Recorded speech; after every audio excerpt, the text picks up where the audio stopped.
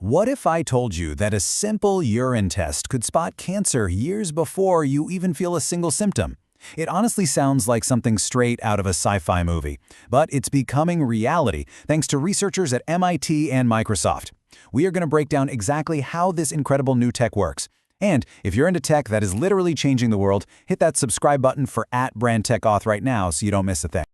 All right, let's just jump right into the big question.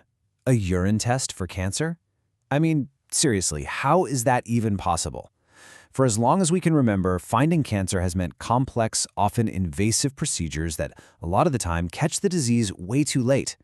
So how can something so simple be so incredibly powerful? That is the mystery we're unpacking today. You see, the problem has always been about signal versus noise. Early-stage cancers do release tiny clues, what we call biomarkers, into our bodies. But these signals are so faint. It's like trying to hear a single person whisper from across a packed football stadium. It's almost impossible. And by the time that whisper becomes a shout that we can finally hear, the disease is often much more advanced. So the researchers thought, what if we stopped just listening for that whisper? What if, instead, we sent in a team of highly trained biological spies whose only job is to find the source of that whisper and send back a signal that's as loud and clear as a foghorn? Well, that's the revolutionary idea at the heart of this entire thing. So, let's meet these spies. They're called synthetic biomarkers. Now, these aren't molecules that your body makes naturally. Oh no. These are tiny nanosensors, meticulously engineered in a lab.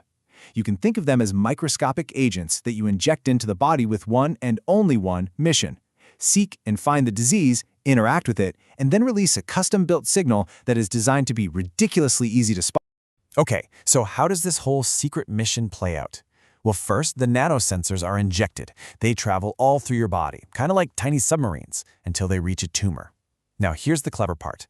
Tumors are just buzzing with specific enzymes. Think of them as tiny molecular scissors. These scissors see the nanosensors, recognize them, and snip, they cut off these tiny DNA barcodes.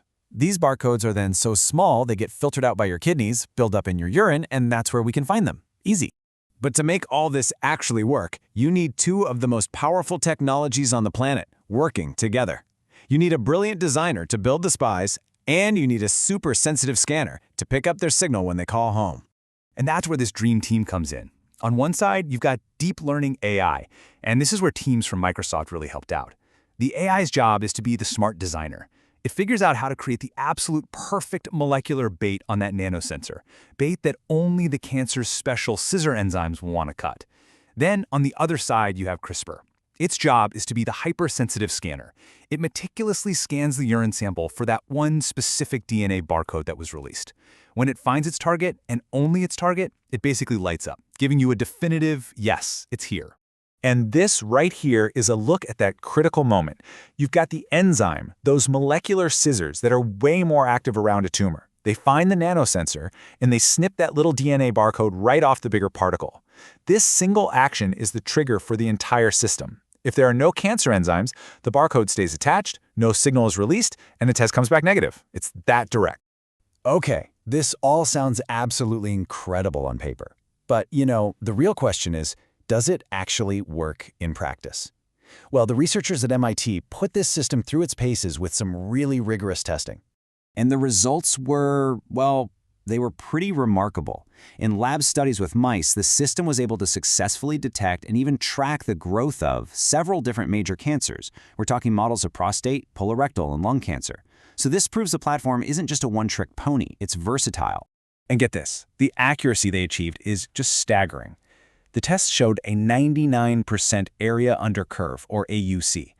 Now, all you really need to know is that this means it was 99% accurate at telling the difference between a mouse that had cancer and a mouse that was perfectly healthy. A 99% accuracy rate that's almost unheard of in early-stage diagnostics. It's just incredible. And the system just keeps getting better. One of its biggest strengths is that it can create a unique fingerprint for different kinds of tumors. By using a whole panel of different nanosensors at the same time, it can not only tell you that cancer is present, but it can even distinguish between the original tumor and if it is spread. And that is absolutely critical for choosing the right treatment. Plus, the signal is so strong, it works even on silent cancers, and you don't need a bunch of complex lab equipment to read it. Now, to really put its power into perspective, let's compare it to another cutting-edge technique called a liquid biopsy, which looks for something called circulating tumor DNA. That method is pretty good, but it usually can't detect tumors until they're bigger than about 1,000 cubic millimeters. This new system, it can spot tumors that are just 130 cubic millimeters. That is a massive leap in sensitivity. We're talking about the potential to catch cancer much, much, much earlier than we can today. And maybe the most game-changing part of all of this is that the signal is so strong and the CRISPR detection is so slick that the final result can be read on a simple, low-cost paper strip. Yeah, kind of like an at-home pregnancy test. This single detail could take cancer detection out of expensive, specialized labs and put it into clinics or even homes anywhere in the world. So what does all this mean for the future? What does a world with this kind of technology actually look like?